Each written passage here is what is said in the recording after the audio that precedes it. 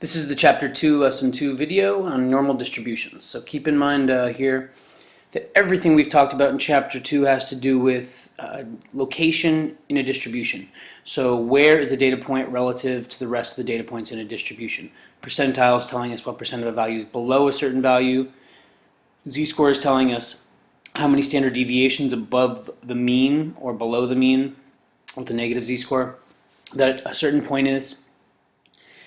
And now we're going to look at how z-scores can be specifically applied to a special type of distribution called a normal distribution with a capital N. It's a bell-shaped curve. So here's our bell-shaped curve. Notice that these values are z-scores, or distance from the mean. Keep in mind that, as you can see, since the mean equals itself, z-scores are centered around 0. Their standard deviation is 1, meaning one standard deviation is right here on the curve. You can see it's kind of where the curve stops becoming steep and where the curve is just about to start having a slope that decreases on this side, or one that becomes more negative, less negative on this side. So we have a negative slope over here. So here's a normal curve. Now it could be wider and shorter, or taller and skinnier. So with that being said, our key question we're looking at here is, what does it mean for a distribution to be normal? And how can this provide us with additional information about our distribution? So you want to be sure to include a detailed description when you answer your question about this of the shape of a normal curve and how to locate that one standard deviation that I just mentioned. So a curve is normal. It's a density curve. It lies above the x-axis. And the total value under the curve, the total area under the curve, is 1, or as a percent, 100%. Indicating that 100% of our data is under that curve. Now, the tail can tail way off and get closer and closer to the x-axis. However, the total area under there we keep in mind it's 100%. Now, we can abbreviate this with just its mean and its standard deviation. A normal curve, we know the shape, and because of the shape and the symmetry that's implied, all we need to know is the mean and one standard deviation. So n indicates that it's normal. Mu would be the mean, comma, standard deviation. So you'd fill in the mean there for the distribution and the standard deviation. And that gives us all the pertinent information that we need to describe our normal curve. The mean is always the center. Because it's symmetrical, the mean will equal the median. There's no skew on this curve. The mean isn't pulled up as it is with a skewed right distribution. It isn't pulled down as it is with a skewed left because it's symmetrical. Standard deviation, again, is the distance from the center to the change of curvature points. And that just means where the curve seems to change its slope and decrease, become less steep. And so there's our abbreviation for a normal curve. There's a couple applets here. They should also be in the outline that's in Schoology, as well as we'll go over these in class a little bit too. So they're a nice thing to play around with to see what we mean by the area under the curve for one standard deviation, two standard deviations, and so on. This one's a little easier to access than the one above because this one above requires Java. It'd be a good idea to open in Safari and update your Java because we'll also be using these in class and a lot of other applets that require Java. One more thing to take note of down here is that, again, it could be shorter and wider. So here we have a lower peak, meaning the mode isn't as high, but the standard deviation is larger. This would be more variability because the values tend to vary more from the mean. Standard deviation is bigger, indicating more variability. Here we have a bigger mode, data is closer to the mean, so we have a tall mode, a tall peak there, and the standard deviation is much smaller. So less variability, so a smaller standard deviation. So the symmetry of these is really key to the whole idea of us being able to have an estimate of the percent of data, the percent of observations. Remember, an observation would be one data point that fall within one standard deviation. That means +1 and -1, the mean +1 and the mean -1. 68% of our data falls within one standard deviation. So from here over to the same point on the other side. So the shaded area is 68% of the total area, or 0.68 is a decimal of the whole area being 1.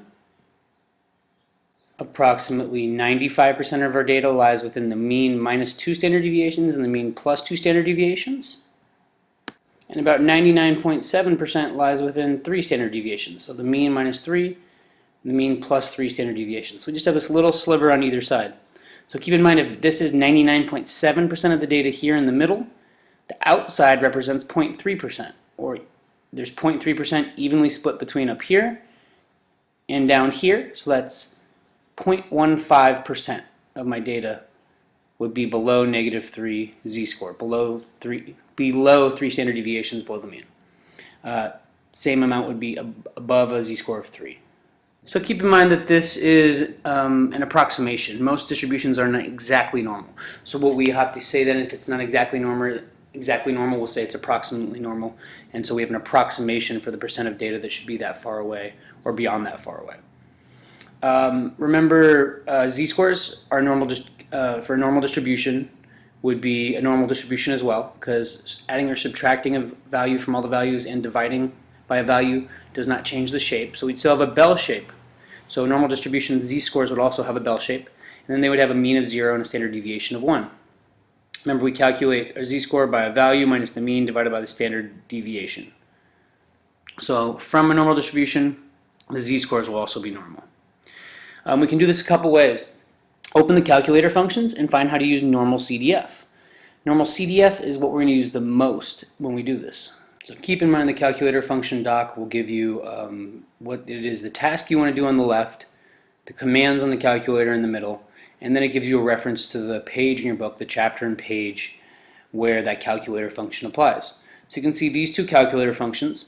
We're going to use z-scores a lot in this chapter and a lot as we go on in probability and in the second semester. So we've calculated them by hand.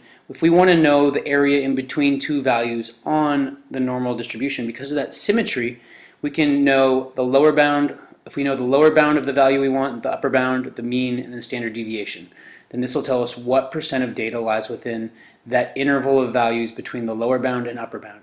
So if I wanted to know for a distribution that had a mean of 30 and a standard deviation of 1, and I want to know what percent of values were in between 29.5 and 30.5, I put in 29.5, 30.5, 30, and 1 under NormalCDF. And you want to push second vars to get there. So you should be opening this calculator function page and looking through it, review it, as it's going to be super helpful during the year. One other way we're going to look at doing this is the tables. So the AP exam gives you two options, and they give you the tables that also have these values where you find lower bounds and upper bounds and compute the value.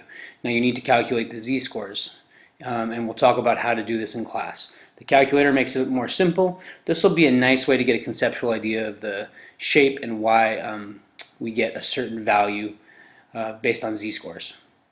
So we'll be using this. This is also included in that big yellow packet I gave you. Let's look at how to solve problems involving normal distribution calculations. Remember, we're going to use state, plan, do, conclude.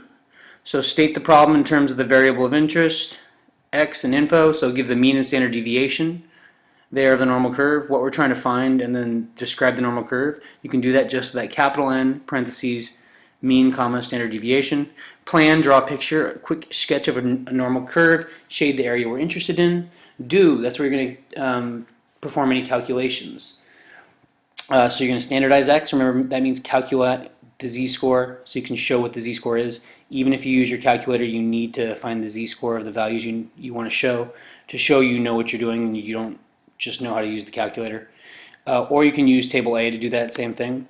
And then you're going to conclude by telling us what that answer means in terms of the problem. So what is the problem asking? What does the problem mean in those terms? Okay, so here's your multiple choice. So I'm asking approximately what percent of a normal distribution of values in a normal distribution lie within 1, 2, and 3 standard deviations of the mean. So the first part of the answer will say how many standard deviations within the mean for 1 standard deviation, and the second for 2 and 3, and what we mean in terms of that. So look back at the video if you need help there. Please look over the summary in your books right now. So pause and take a look over the summary for Chapter 2, Lesson 2. Please also look at some of the examples as we go through and review how to do a z-score. Pause now to finish answering the multiple choice. To assess normality from a data set, here's a process we can go through. However, this is not a required task on the AP exam, so I'm including it here in the outline. However, you're not going to be responsible for this information on our quiz and test, as we're not going to have it on the AP exam. Feel free to review this. This is how we can tell if data is normal or approximately normal. Okay, our free response question: what does it mean for a distribution to be normal, and how can this provide us with additional information about our distribution? So include a detailed description of the shape of a normal curve and how to determine the approximate location of one standard deviation above and below the mean, and then also include how we indicate on normal curves pertinent information with abbreviation. So how do we abbreviate a normal curve with all the information we need to draw it? So again, look over your summary, look over the vocab and calculator function, NormalCDF, and answer these on the Google form by clicking the button below.